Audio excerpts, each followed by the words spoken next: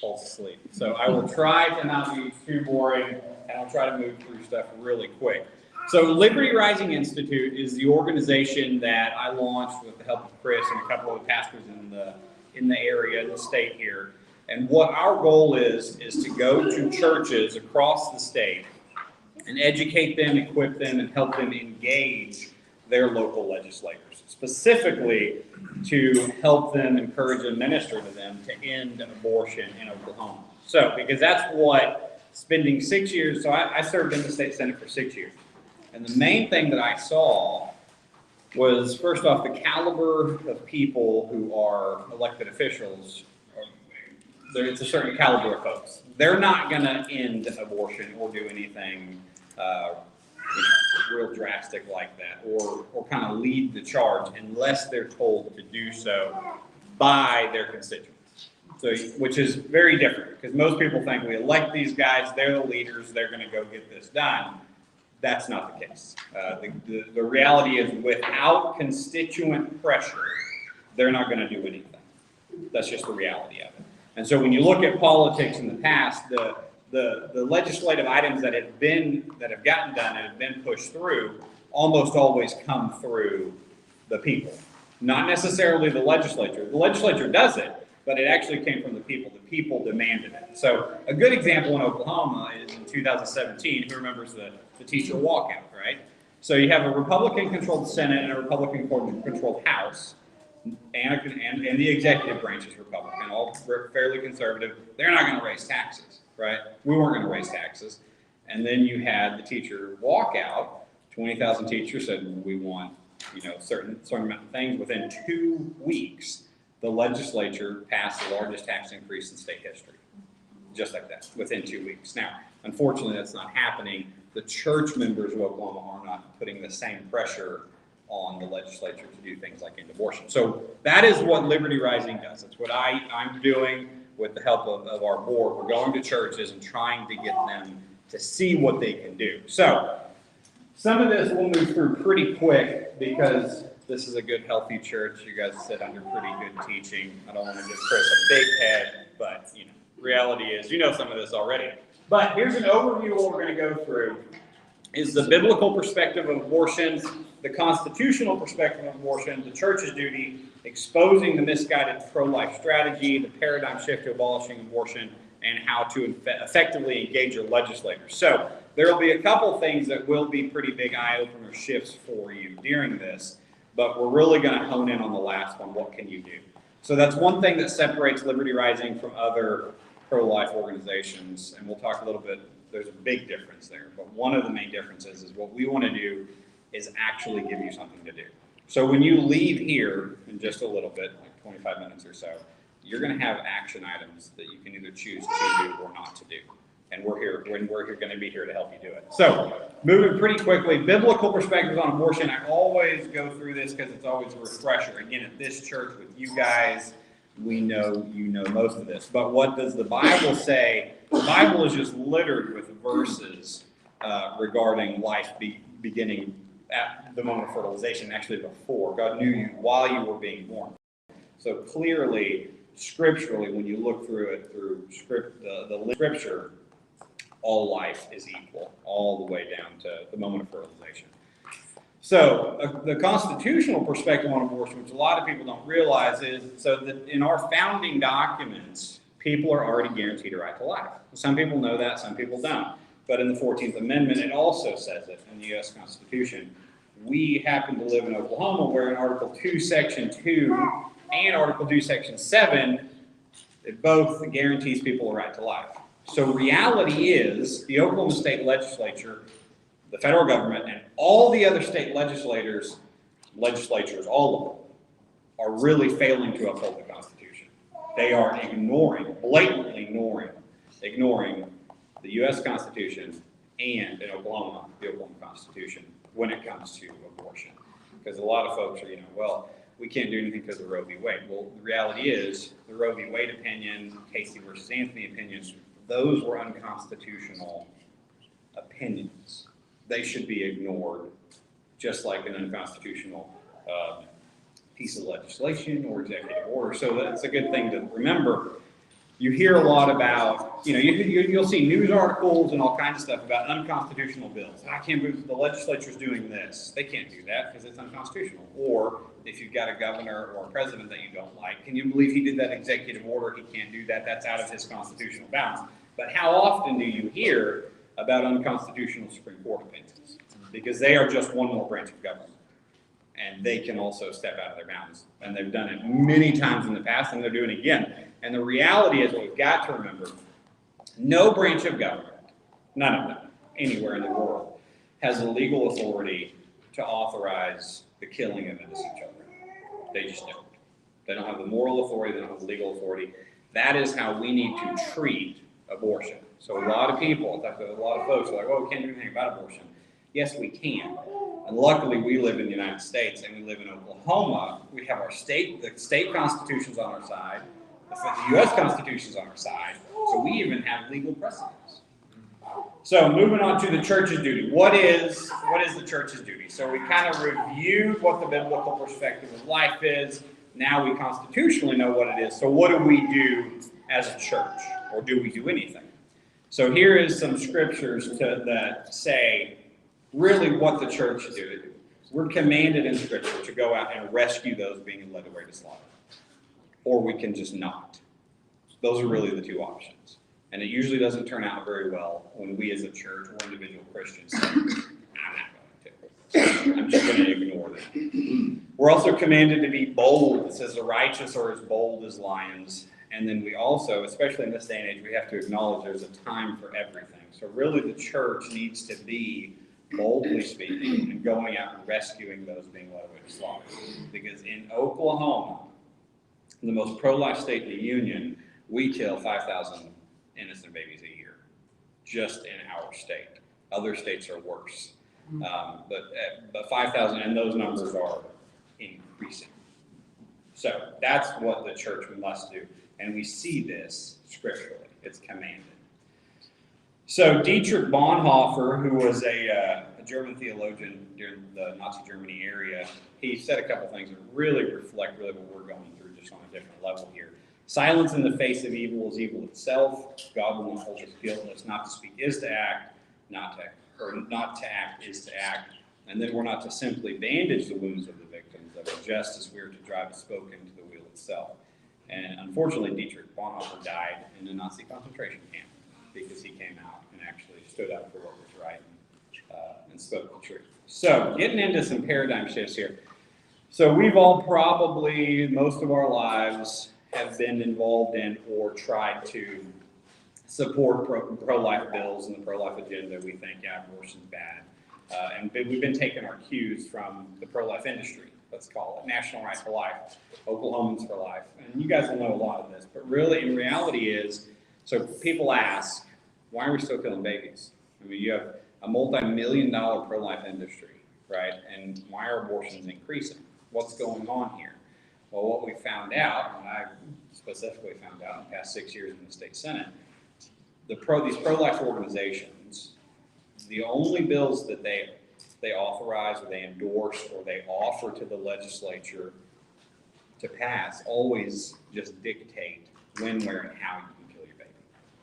They do not seek to end abortion. And I say that to a lot of churches, and they're like, that can't be true.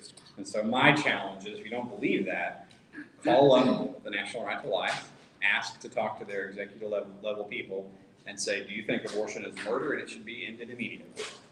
They're not going to answer that question, because I've had many conversations with them, and they won't. They won't say it's murder, and they won't say it's their goal to end it. The very last conversation I had with Tony Lowinger, who was a board member for National Right to Life, and he's the president of Oklahomans for Life, which is an affiliate of that.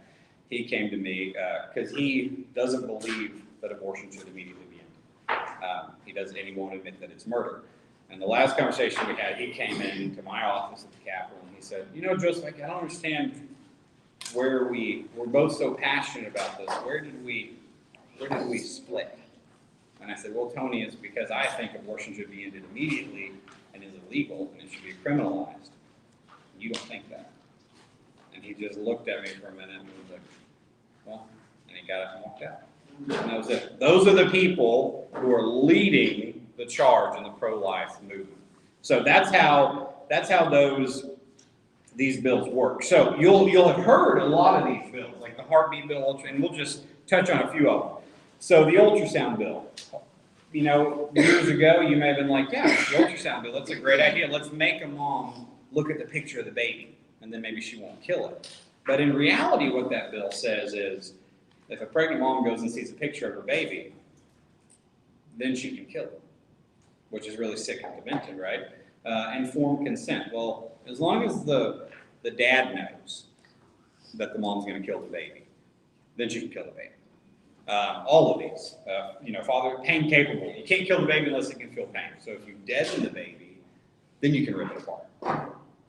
These are pro-life victories. Pro-life politicians put these bills on their mailers. This is what they said. Look at what we've done. And Oklahoma has almost all of these resolutions. Oh, the state senate passed a resolution saying abortion's bad, but you can still kill your baby. And it goes on and on and on. Any pro-life bill is always going to end in, then you can kill your baby. It's always going to leave it open. It never offers equal protection.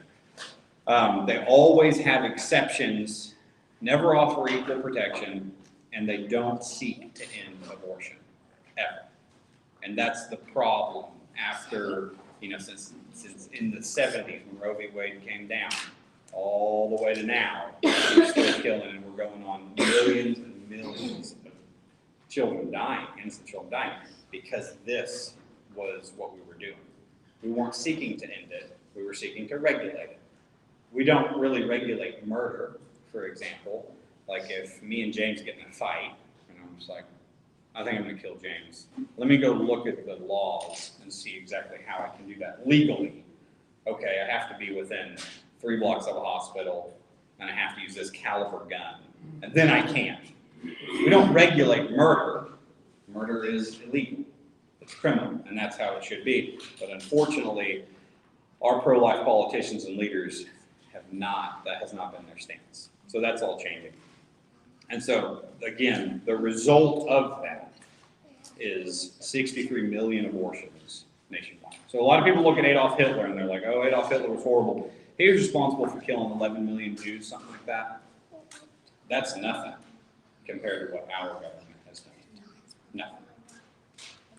So then, now the problem is it gets worse when you get into the political side of things. You're like, why is this? Why is this happening?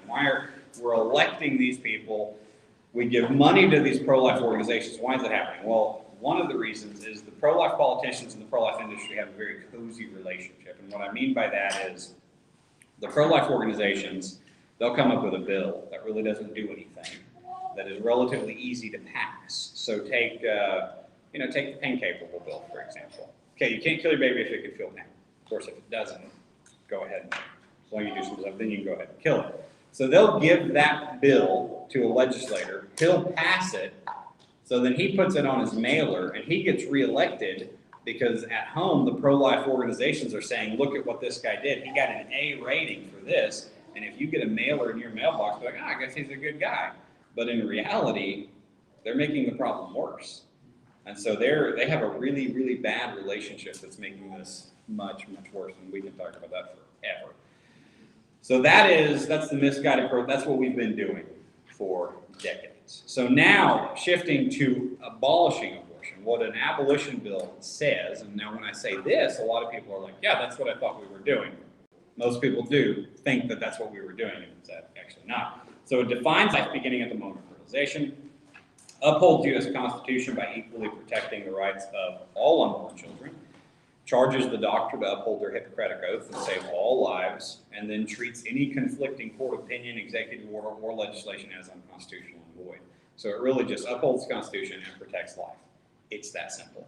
That's what an abolition piece of legislation does.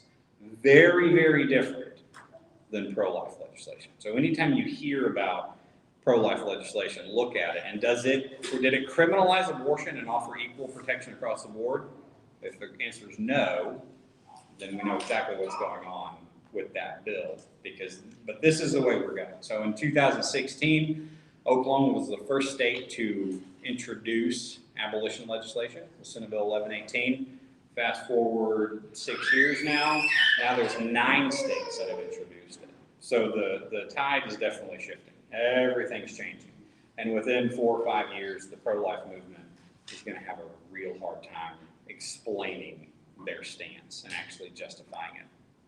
So, and there's a lot of similarities between the abolition of slavery and the abolition of abortion. So when I talk to folks, they're like, well, we can't do this because the Supreme Court said you can't. There's all these requirements. The Supreme Court said you can't do this regarding abortion, right? Well, keep in mind, the Supreme Court also ruled that slaves were private property and had no rights.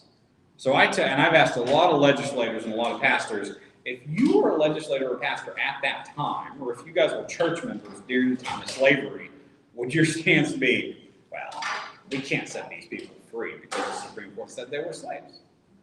No. Now, in reality, as most legislators would, that would have been their stance. They'd have been like, well, we can't do that because the Supreme Court said so, right? But they were wrong then.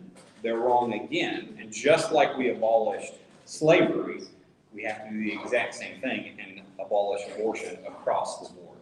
Very similar. And when you look at all of the little details that have happened, that happened then with the abolition of slavery and are happening now, it's almost identical. Almost identical. So 3 vital things to remember here. So Roe v. Wade is irrelevant to ending abortion. It's said it's legal. It's not. Roe v. Wade is completely null and void. The Supreme Court does not have the authority to authorize the killing of innocent children. So if Roe v. Wade comes to your mind, it doesn't matter. They were wrong. The state has the authority to tell them they were wrong and actually uphold the Constitution. Number 2, and this one's very important. This is really where Liberty Rising kind of starts to help people actually get involved. Because, okay, we know all these things, right? So now what do? Well, now you really have to understand this. And people, I tell them and they still don't believe me. In the mind of the state legislators, nothing is more powerful than educated, passionate constituents. Nothing. You can you can have a group of churches get together and pay a lobbyist $1 million to be at the Capitol every day and get involved in campaigns. That lobbyist will not be as powerful as you guys. Just one. And people are like, that's not true. I don't even know who my state senator is or my state representative is, and that's fine. Most people don't. That needs to change. Because I've got story after story after story about one constituent spurring up hour-long meetings within the Senate and dictating the outcome of a bill. Just one. Just one.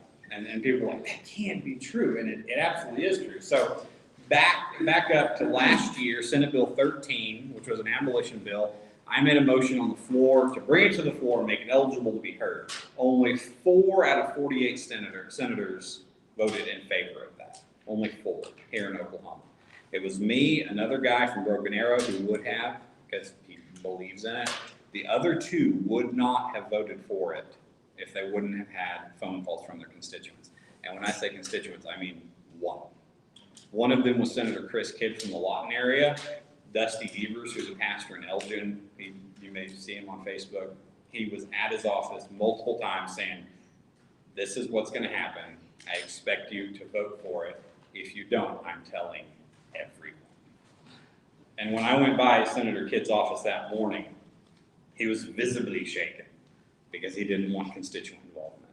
The other one was Senator Roland Peterson from Enid. And I made a phone call that morning to a lawyer that I know in Enid because my brother used to serve he lived in Enid for 9 years, so we spent a lot of time up there. So we know some people. And I called him and I said, hey, I need your senator to vote for this. And he said, he will. I'll call him this morning. So he called him. One call from one educated constituent made those guys vote how they wouldn't have voted if they hadn't had that phone call. And with Senator Kidd, I saw Senator David, who's right over here from the Muskogee area. She was the floor leader. I watched for 25 minutes because they held the vote open because they wanted everybody to vote no to show unity against this horrible idea, right? I watched for 25 minutes the floor leader rail on Senator Kidd trying to get him to change his vote. And then the pro tem would come over and some of the whips would come over and he would not do it. He kept his vote because of that one constituent and he knew he was watching. Another good story is a senator from Norman came up to me one time on the floor and he said, "Hey, can we talk in your office right after session?" And I said, "Yeah, that's probably not a good thing, but sure, let's do it. Let's go talk." And so he got a couple of his buddies, right? And so we went into my office and he said, "Listen, there's some abolitionists, some homeschool moms in Norman who have a little Facebook group and they're hammering me pretty hard about this abolition bill, and it's got my wife all upset. Can you call them off?" And I was like, first off, I don't even know who they are, right? I don't even know who these people are. And no, if you want to solve this problem, just co-author the bill and vote for it. You don't need me. And so here you have like 3 homeschool moms who were just engaged on social media, and they spurred up a meeting at the Capitol. And you have, and not only those are the small groups. You've also had this happen on different areas that have spurred entire meetings with the entire Senate behind closed doors. One. So, saying that, don't underrate. If you know the power that you have as a constituent and you're willing to wield it, you're going to make a massive, massive difference. So some people are like, okay, that's fine. I'll get involved there. But how long does it take? And so I was up there for 6 years. And if you're willing to dedicate 15 minutes per week and just a couple hours a month to build a relationship with your state senator and your state representative, just 2 people, just 15 minutes a week, just a text message or an email or a note card, or a letter or a phone call, and then just 1 meeting a month, just a couple hours a week. So when they come back to the district, take them out to coffee. That's it. That's all you gotta do. If you do that, you're probably gonna be the most politically powerful person in your entire district, because nobody does that. So if you take that, right, so what Liberty Rising wants to do is we want to go to churches and we want to say, okay, every church needs a ministry team or a lobbying team, right? So take 3 guys out of this church and say, okay, we're going to do it. We're going to be the ones that are going to give that 15 minutes per week, and we're going to be the ones that are going to take our state senator out to coffee. Well, now he's going to know you guys all by name, and he's going to have a very, very difficult time not voting for an abolition piece of legislation. So that's what we're trying to get. So how do you do that? How do you effectively engage your legislature? So you got to get educated. So you got to know the difference here, because he's going to go talk a lot of legal jargon all around you. Well, we can't do that because this. Well, fortunately, I've been in those conversations, so I can tell you exactly what they're going to say and exactly what you can, say back. So first, get educated. What is abolition? Why is pro-life bad? Why is this pro-life bill bad that he's going to talk about? Why is this abolition legislation the correct way forward? Get educated on it. There are several ways to do that, and then build your team. Okay, so if you're interested in this, so this church is going to have a ministry team. Okay, I'm going to be on it. Jacob, James, whoever, even the wives. It doesn't matter who. We need a lobbying team, a ministry team. And what we've seen is the churches that do this are very, very effective in having this relationship with their legislator.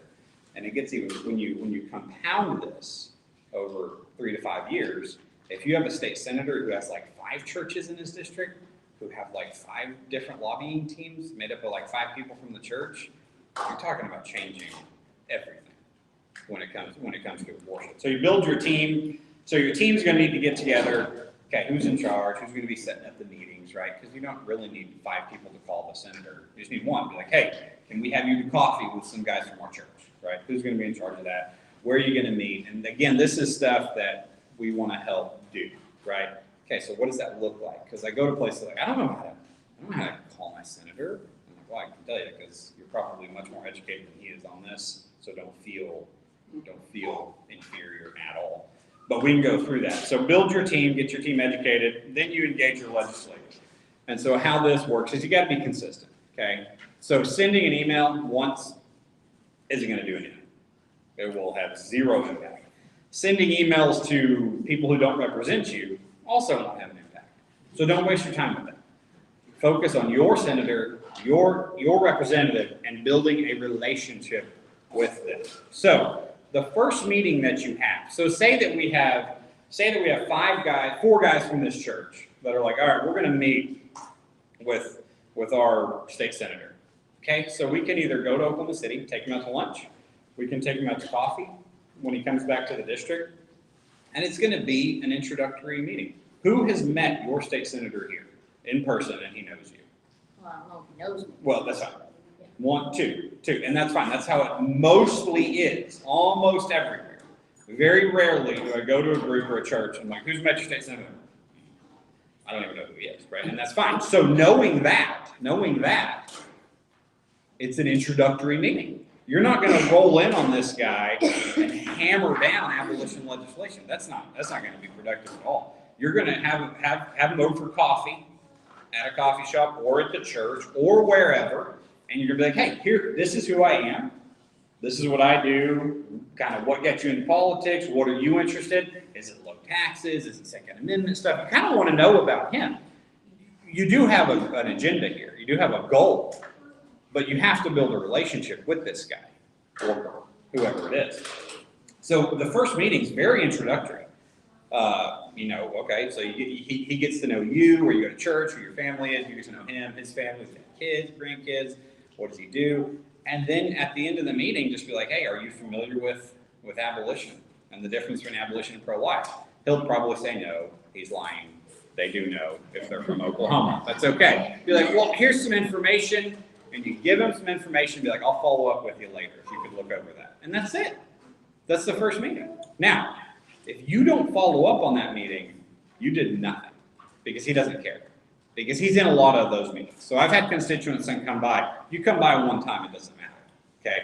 It's got to be, this is a month-long, year-long process. So you give them a few weeks, call them back. Say, hey, did you look over that information I left you? Or email them after three or 4 weeks. Be like, hey, can we meet again? Can we have a follow-up meeting? Again, doesn't have to be anything crazy. Have them over to church for coffee, meet them at a restaurant, an Okmulgee, whatever it is. Very, very casual, and then follow up with, did you look over that? Because what you're trying to do is educate this guy on abolition. That's what you're trying to do. You're trying to win him over through building that relationship. And then, again, it goes on from there, okay? And so it's not a big screaming match. It's not a you're a horrible person, and I don't like you, and I'm going to run against you. Now, it may come down to that, and he needs to know that you take murdering innocent children so easily, or so seriously, that it's a real easy decision for you or somebody you know to run against them. So a good example of that is all of this has been done in Western Oklahoma. One of my classmates out there, somebody that I was elected with, they have a group of churches that has met with him multiple times. And he even came to me and he said, hey, are you doing work with these folks? And I was like, yeah, they're really, really cool people. And he's like, they're like the picture of grace. They've had great conversations. But he will not support abolition. So after doing this for 2 years, now they're running somebody against him. That's the only other thing they can do. And this guy's probably going to win. He will probably be unseated. And that's already happened. There's been 3 Oklahoma State Senate incumbents that lost their election last year. This was one of the issues. So knowing that, so he needs to know. So as you're building that relationship, he needs to know it may not be like a best buddy relationship. He may, like when you text him, he may be like, oh, it's Jacob again. I hate that guy. That's okay. You got to do it, right? It's just consistent pressure. And he knows that if he's not going to do it, he's going to have an election and he's probably going to get beat. Because rural Oklahoma does believe, the vast majority of rural Oklahoma is 100% abolition. They just need to know it, and that's what we're trying to change. So that's really what you do, right there. So not only have we gone over abolition versus pro-life, but now you got a question, because the goal again is your elected official should know you and your team by name. And I don't want to be harsh or ugly or anything, because I know everybody in here is passionate. But reality is, if you have not contacted your state senator or state representative, you have not done enough to end abortion. That's just all there is to it. That's my phrase. Kimberly just looked at me. She said, "You just said that's all there is to it," and that's true. And so don't take that harshly, because it is your fault. But at the same time, what has the pro-life industry been telling us? Hey, just send us money. We've got it. We've got our lobbyists up there. And so many people have bought into that. And it was very, very misguided. That's all changing now. All of that's over. That is all over. So your state senator and your state rep have got to know you by first name. If they don't know you by first name, you haven't screamed loud enough on behalf of the 5,000 children that are being killed in this state. And I know, like, a lot of people don't like talking to people, and that's fine. But I can promise you that our state senator knows Kimberly, and she's not the most outgoing person in the world. I can promise you the pro tem of the Senate, Greg Treat, knows Isabel's name because she's written letters. They know. And that's what they've got to have, more people that are doing this. So that's the goal. So the question, so going back to slavery, abortion's going to be ended probably in my lifetime. Because when you look at how this is progressing, it's going to be ended. Not nationwide probably, but multiple conservative states will do it within my lifetime, as long as we continue things like this meeting right here. Because this is what happened with slavery. It started small little meetings, little churches. And there was family splits, and there was church splits, and there was all kinds of stuff. Because people were like, I can't do that. But it started right here. And this movement is actually progressing much faster than the abolition of slavery. Much faster. I don't know why that is, social media or what it is, but abortion will be abolished. Now here's the question is, so fast forward 25 years, what are you going to be able to tell your kids that your role was?